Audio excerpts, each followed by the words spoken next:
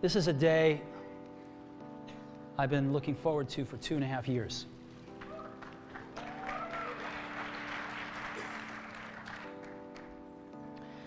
Every once in a while, a revolutionary product comes along that changes everything.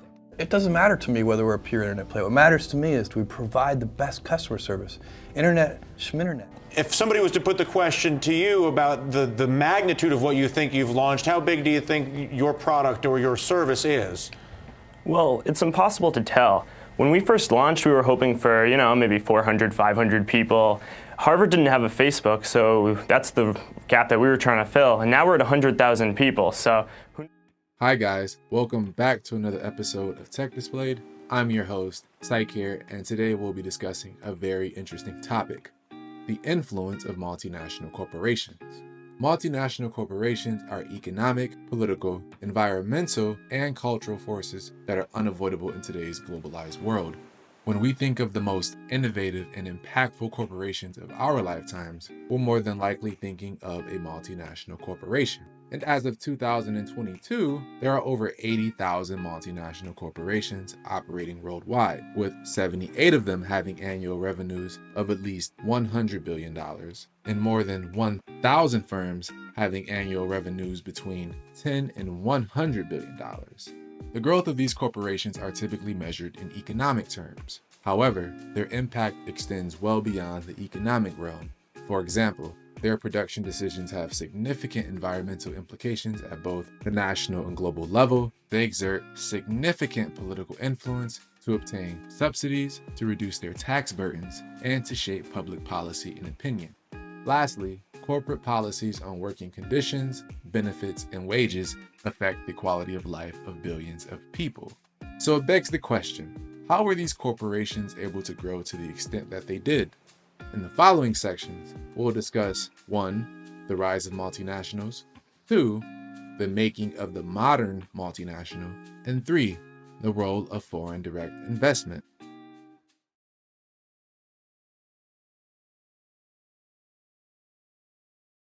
The origins of multinational corporations can be traced back to the late 16th century, with the creation of European trading companies, the most prominent of them being the Dutch East India Company. And in the 16th and 17th century, many of the spices that we take for granted, such as cloves, nutmeg, and cinnamon, were scarce and extremely valuable.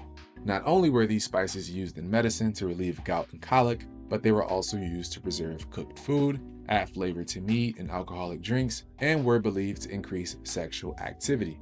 And up until the late 1500s, overland routes held a monopoly on the supply of spices to Europe via the Eastern Mediterranean. However, in 1497, this monopoly was broken when the Portuguese explorer Vasco da Gama rounded the Cape of Good Hope in Africa and sailed to India. Portugal would maintain a stranglehold on the spice trade for the remainder of the 16th century. That is, until the Dutch arrived. Following the creation of the Republic of the Netherlands in 1579, Dutch traders also wanted in on the lucrative spice trade. Now, this newly created republic consisted of several northern provinces, which were previously under the control of Spain, and the merchants and mariners from these regions had long been the most efficient and successful in Europe, as they owned more shipping than any other region.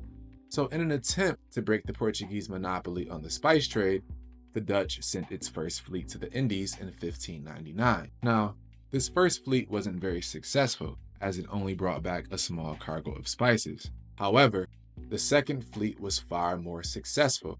In December of 1601, a small fleet of Dutch ships drove away a fleet of Portuguese ships in the Battle of Bantam, marking the beginning of a new era.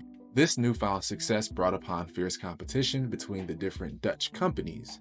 And while competition is good for consumers, it can be very bad for business as it shrinks profits. Thus, companies were amalgamated by government fiat as the United Dutch East India Company. This company was granted a monopoly in all seaborne trade with Asia, and by the mid-1600s, the Dutch East India Company had around 50,000 employees, 150 merchant ships, a private army of 10,000 soldiers, and trading posts stretching from the Persian Gulf to Japan.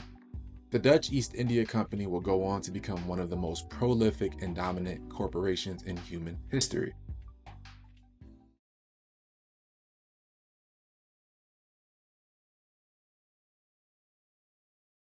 Historically, at least within the United States, corporations were chartered as public rather than private.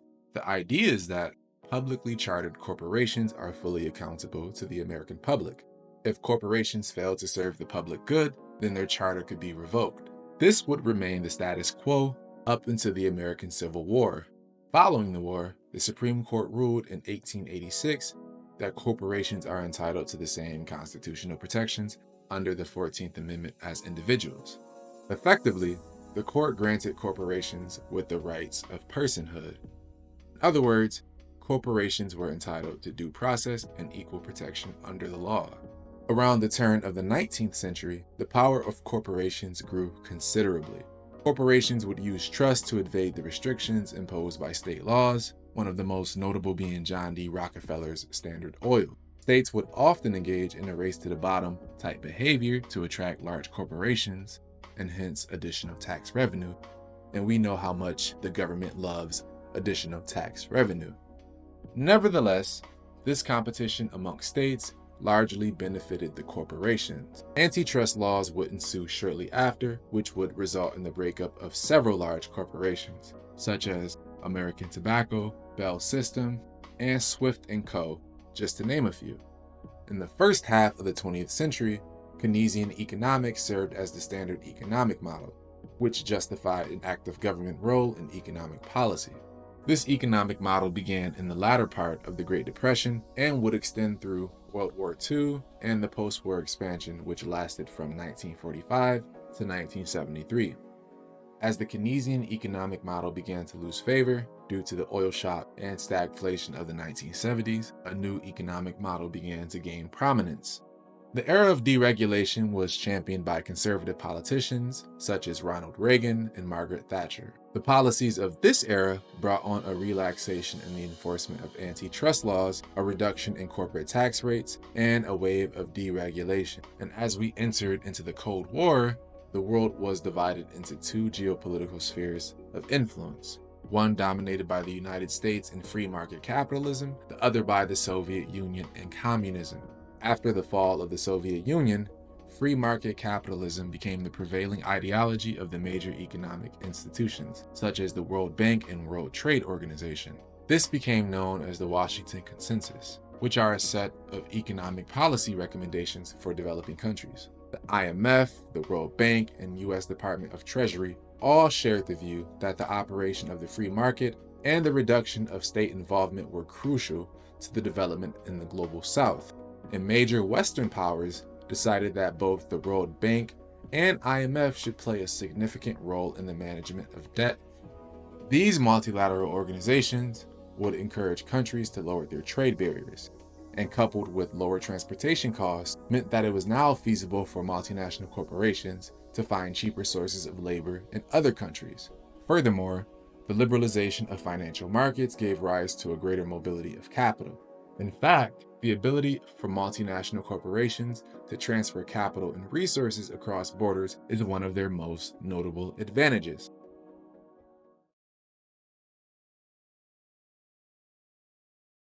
A discussion concerning the influence of multinational corporations wouldn't be complete without a thorough examination of the role of foreign direct investment.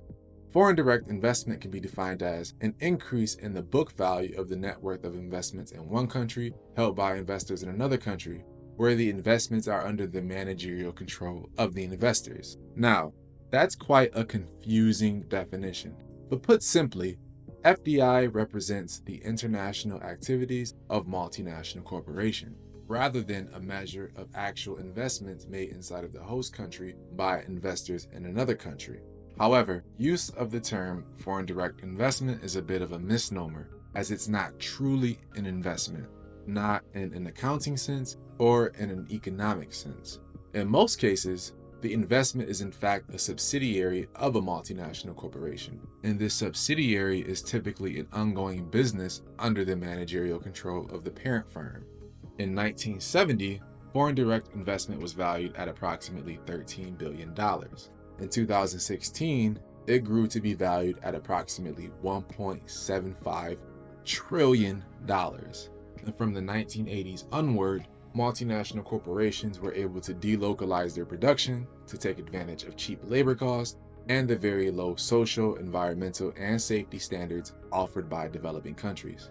To best take advantage of the International Division of Labor, multinational corporations tend to organize their production via a network of subcontractors. For example, Foxconn and Apple. Historically, FDI flowed to countries where investors could get the best return on their investment. However, over the past couple of years, geopolitical tensions have led to divides in the geoeconomic sphere. One example of this being the subsidies introduced by the US government to relocalize the supply chains and move them onshore, a move to protect against the rise of China.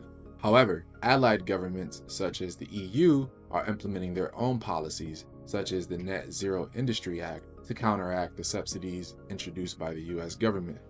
Nonetheless, it's evident that FDI plays a pivotal role in the global operations of multinational corporations.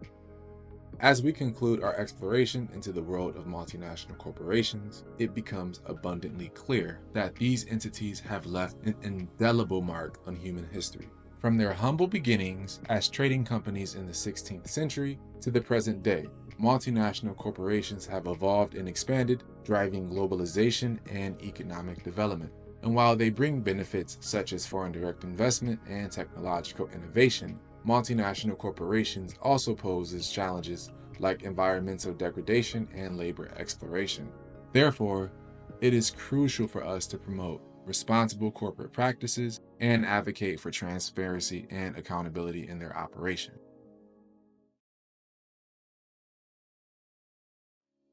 Thank you everyone for taking the time to watch this video. Be sure to smash the like button as it really helps with the YouTube algorithm. Also, don't forget to subscribe, that way you won't miss any of our upcoming videos. So, what do you guys think? Do you believe that multinational corporations are actually this powerful, or is it just a figment of our imagination? Also, leave a comment suggesting future topics you'd like to see. Until next time guys, peace.